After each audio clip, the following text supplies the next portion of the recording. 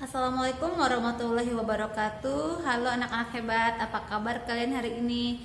Mudah-mudahan selalu sehat ya dan tetap berada di rumah untuk memutus mata rantai penyebaran COVID-19.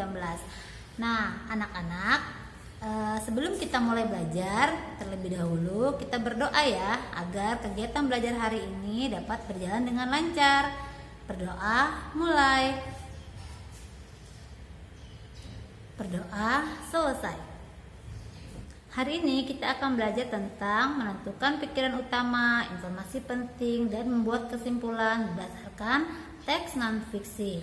Kemudian kita akan belajar tentang bahasa Indonesia sebagai bahasa persatuan. Lalu kegiatan terakhir akan kita lakukan membuat prakarya berupa topeng. Tujuan pembelajaran kali ini adalah setelah mencermati teks, siswa dapat menentukan pikiran utama, informasi penting, dan membuat kesimpulan berdasarkan teks non-fiksi. Kemudian, setelah mencermati isi teks dan juga memahami isi video, siswa dapat merancang skenario berdasarkan pengalamannya tentang komunikasi menggunakan berbagai media secara tepat. Dan setelah mengenal dan memahami karakter pada topeng, siswa mampu membuat topeng dari kertas dengan rapi dan baik. Anak-anak, kalian masih ingat ya bagaimana cara menentukan ide pokok atau pikiran utama dan menentukan informasi penting pada suatu teks, khususnya teks non-fiksi. Dan kali ini kita juga akan membuat kesimpulan dari teks non-fiksi tersebut. Nah, bagi yang masih lupa, Bu Guru akan ingatkan kembali dengan penjelasan yang akan disampaikan oleh Alia. Silakan Alia. Menyajikan ide pokok, informasi penting, dan kesimpulan teks non-fiksi. Ayo menyajikan ide pokok, informasi penting, dan kesimpulan teks non-fiksi. Kamu tentu sudah memahami cara menemukan ide pokok, informasi penting, dan kesimpulan teks non-fiksi. Mari ingat kembali langkah-langkahnya untuk menentukan ide pokok dan informasi penting teks non-fiksi. Kamu perlu membacanya dengan seksama, lalu mencatat kata-kata kunci yang terdapat dalam setiap paragrafnya. Terakhir, menjawab pertanyaan-pertanyaan yang diberikan. Sementara untuk membuat kesimpulan, kamu dapat mengacu pada hasil identifikasi teks berupa ide-ide pokok dan kalimat utama dari setiap paragraf teks. Kamu dapat merangkai kesimpulan yang mencakup semua informasi tersebut menggunakan bahasamu sendiri. Setelah menyimak video penjelasan dari Alia, sekarang kalian sudah tahu ya bagaimana cara menentukan pikiran utama, informasi penting, dan membuat kesimpulan.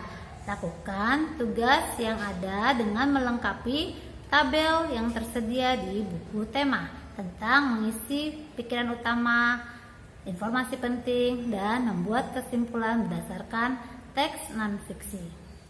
Anak-anak hebat, pernahkah kalian mengalami masalah dalam komunikasi seperti salah paham terhadap teman, tersinggung, dan lain sebagainya?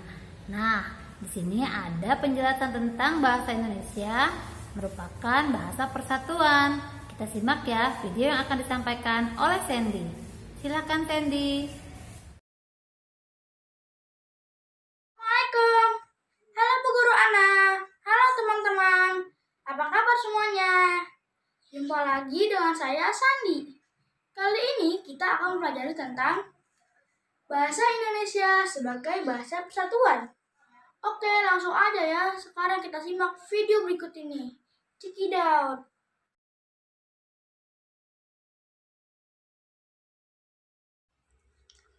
Seperti kita ketahui, Indonesia kaya akan keberagaman. Salah satunya adalah keragaman bahasa daerah.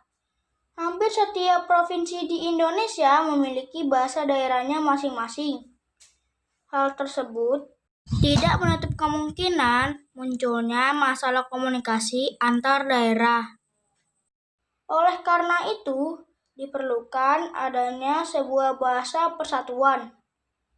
Bahasa Persatuan Bangsa Indonesia adalah bahasa Indonesia, seperti yang telah disebutkan dalam salah satu butir Sumpah Pemuda yang berbunyi, "Kami, putra dan putri Indonesia, menjunjung bahasa persatuan, bahasa Indonesia."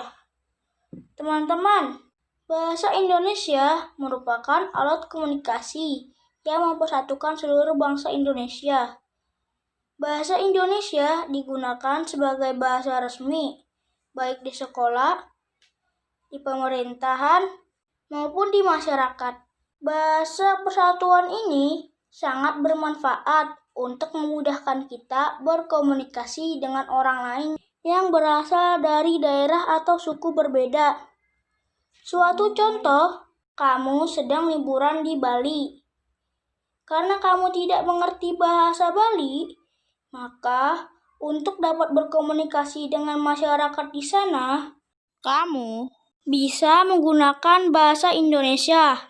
Begitupun juga dengan penduduk di sana, sehingga tidak terjadi kesalahpahaman yang dapat mengancam persatuan dan kesatuan bangsa. Setelah menyimak video dari Sandy tadi, nah kalian sekarang sudah lebih paham ya pentingnya peran bahasa Indonesia menjadi bahasa persatuan bangsa Indonesia. Karena apabila tidak ada bahasa Indonesia dan semua orang menggunakan bahasa daerahnya masing-masing, dapat menimbulkan kesalahpahaman karena tidak saling memahami arti dari bahasa yang digunakan. Tugas kalian kali ini adalah ayo rancang skenario tentang percakapan berdasarkan pengalaman kalian menggunakan media apa saja. Misalnya kalian percakapannya melalui handphone atau bertelepon, atau melalui surat, saling berkirim surat, ataupun sedang bertemu, membuat rancangan dialog saat bertemu dengan teman. Nah, kalian tulis ya, seperti panduan yang ada di buku tema.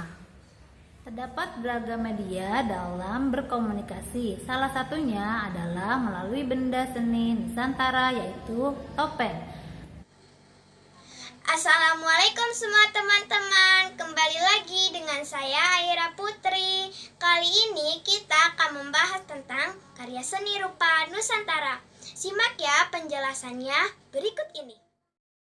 Karya seni rupa adalah benda seni yang dibuat dari pengolahan titik, garis, bidang, bentuk, volume, warna, dan tekstur, sehingga dapat ditangkap oleh mata dan dirasakan melalui rabaan.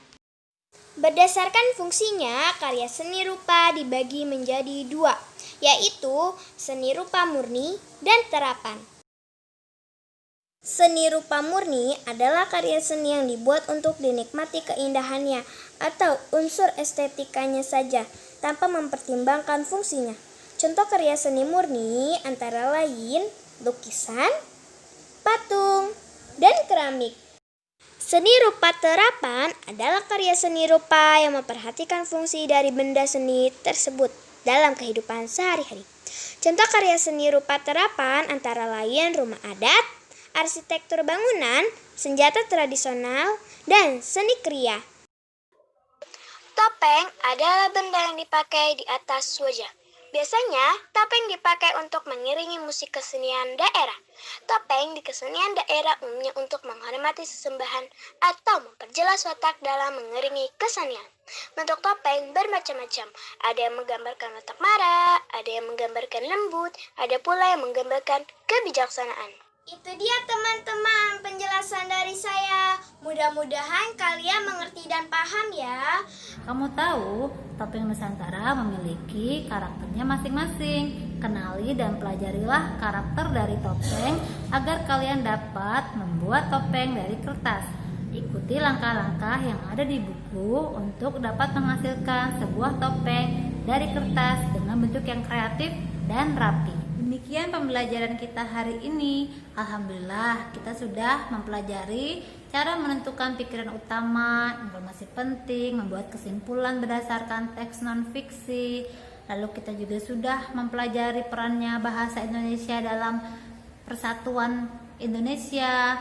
Kemudian kita juga sudah merancang skenario percakapan yang dilakukan menggunakan berbagai media, dan juga kita juga sudah melakukan aktivitas membuat topeng yang kreatif dan rapi bahan dasar kertas. Nah, anak-anak, kalian dapat menunjukkan hasil dari topeng buatan kalian dan berilah nama serta jelaskan karakter dari topeng yang kalian buat. Untuk mengakhiri kegiatan hari ini, kita berdoa dulu ya. Berdoa mulai. Berdoa selesai. Terima kasih atas perhatiannya. Wassalamualaikum warahmatullahi wabarakatuh. Sampai jumpa.